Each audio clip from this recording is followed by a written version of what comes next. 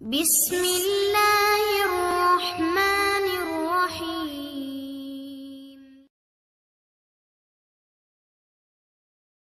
مشورہ دیتا ہوں حکومت کو اور وزیر قانون کو مشورہ دیتا ہوں کہ نہ فرعون کی حکومت ساری زندگی رہی، نہ نمرود رہا، نہ جاج بن یوسف رہا، نہ یزید رہا، اور یار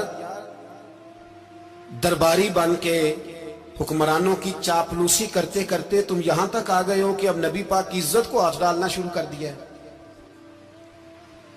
اور آپ یقین کریں سیاسی جماعتوں کا اتنا برا حال ہے کہ ان کے لیڈر کے بارے میں کوئی بات کرے تو پاگل ہو جاتے ہیں یہ احتجاج کر کر کے، اور اس نے ڈائریکٹ کہہ دیا کہ ختم نبوت کا مسئلہ ہی کوئی نہیں، جو دین کی بنیاد ہے، کسی کو پرواہ نہیں۔ مجھے تو ان لوگوں کی فکر ہو رہی ہے جن لوگوں نے انہیں ووٹ دیے ہیں، وہ اللہ کو کیا جواب دیں گے۔ اور یہ اللہ ماشاءاللہ ساری سیاسی جماعتیں اس طرح کی۔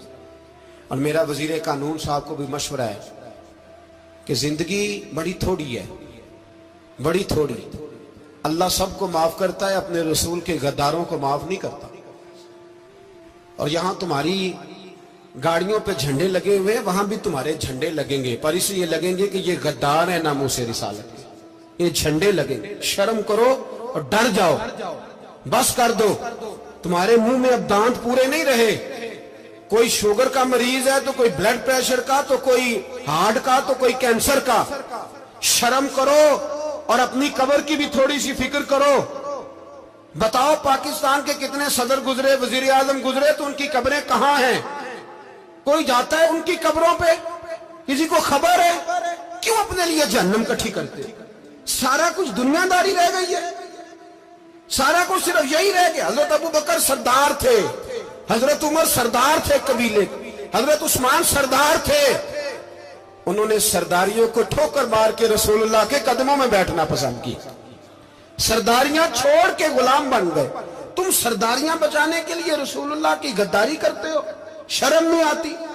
اور قوم شکوہ ہے مجھے ان لوگوں سے جو مولوی تو کہہ دیتے ہیں تو سیاست نکار، اور کسی سیاست دان کو منع نہیں کرتے کہ جب تجھے سورت فاتحہ بھی نہیں آتی تو تجھے کس نے اجازت دیا اتنی بڑی بات؟ اور میں نے پچھلے سے پچھلے جمعے بھی کہا تھا، پھر کہتا ہوں اور آن دی ریکارڈ کہتا ہوں، مرزائی کل بھی کافر تھے، آج بھی کافر، اور قیامت تک، اور جو ان کے کفر میں شک کرے وہ بھی، اور پکا بے ایمان ہے، کافر ہے۔ وہ وزیر قانون ہو یا صوبائی ہو یا وفاقی ہو، من شک فی کفر ہی فقط کفر، جو مرزائی کے کفر میں شک کرے وہ بھی کافر ہے۔ ہمارے رسول آخری رسول ہے، ہم کسی کو یہ اجازت نہیں دیں گے کہ وہ ختم نبوت میں رخڑا ڈالنے کی کوشش کرے، ہم کسی کو یہ اجازت ہے۔ اور تم نے قوم کو لوٹا، لوٹتے رہو، اب ایمان پہ ڈاکے تو نہ ڈالو۔ تمہیں دولت لوٹ کے پیٹ نہیں بھرا، اب ایمان لوٹنا شروع کر لیا ہے۔ تمہارا فیکٹریاں لوٹ کر، قومی خزانہ لوٹ کر پیٹ نہیں بھرا، بھائی مانو اب دین بیچ کر اپنی حکومتیں پکی کرو گے۔ اور وہ لوگ بھی تیار ہو جائیں جو ان بھائی مانوں کو منتخب کرتے ہیں، ان سے بھی سوال کرے گا ختم نبوت کا موضوع قیامت کے دن کہ تم بتاؤ، ان کو سپورٹ کرتے تھے جو رسول اللہ صلی اللہ علیہ وسلم کے بعد بھی کسی نبی کو نبی ماننا درست جانتے تھے۔ شرم آنی چاہیے، خیال ہونا چاہیے۔ اور میں نے کہا کہ ہمارا دل نہیں چاہتا، آپ یقین کریں، ہمیں شوق ہے جلوس نکالنے کا، تمہارے خلاف باتیں کرنے کا۔ تم نے روز تھرمامیٹر نکالا ہوتا ہے، چیک کرتے ہو کہ ایمان کتنا ہے کتنا نہیں ہے۔ یہ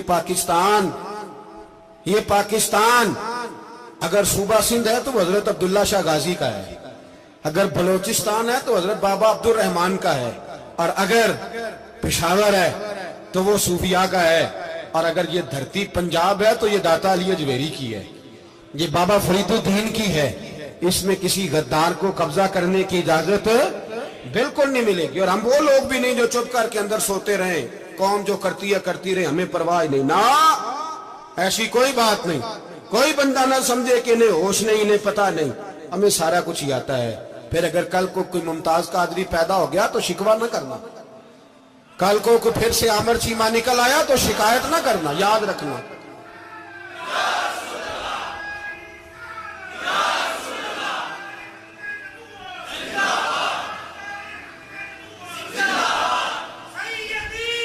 تو بولو میرے بھائی,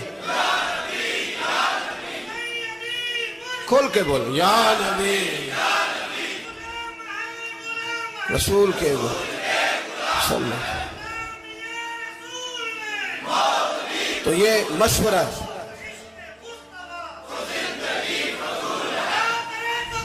جزاک اللہ. تو یہ تمہیں مشورہ ہے.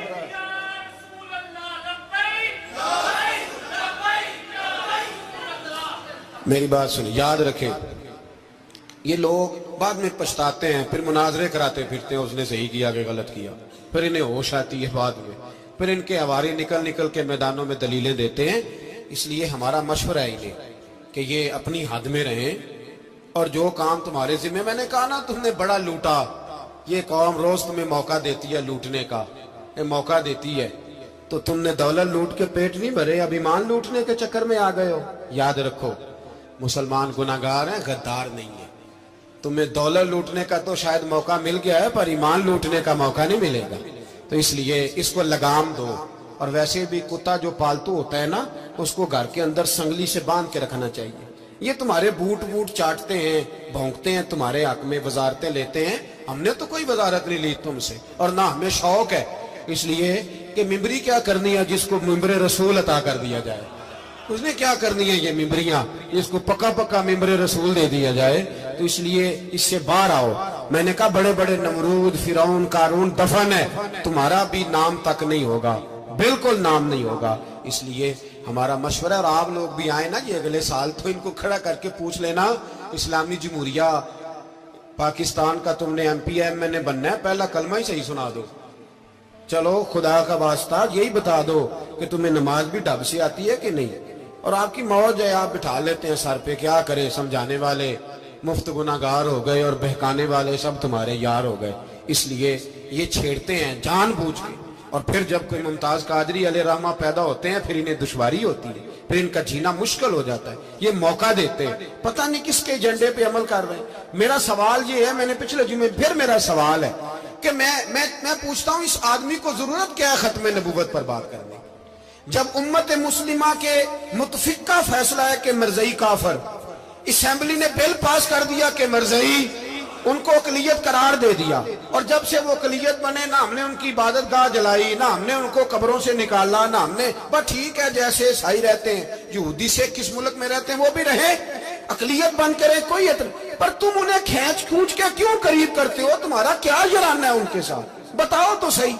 ان لوگوں سے ان کو چاہیے اپنے منہ میں لگام ڈالیں, اور اگر نہیں ڈالیں گے پھر انشاءاللہ ڈالی جائے گی.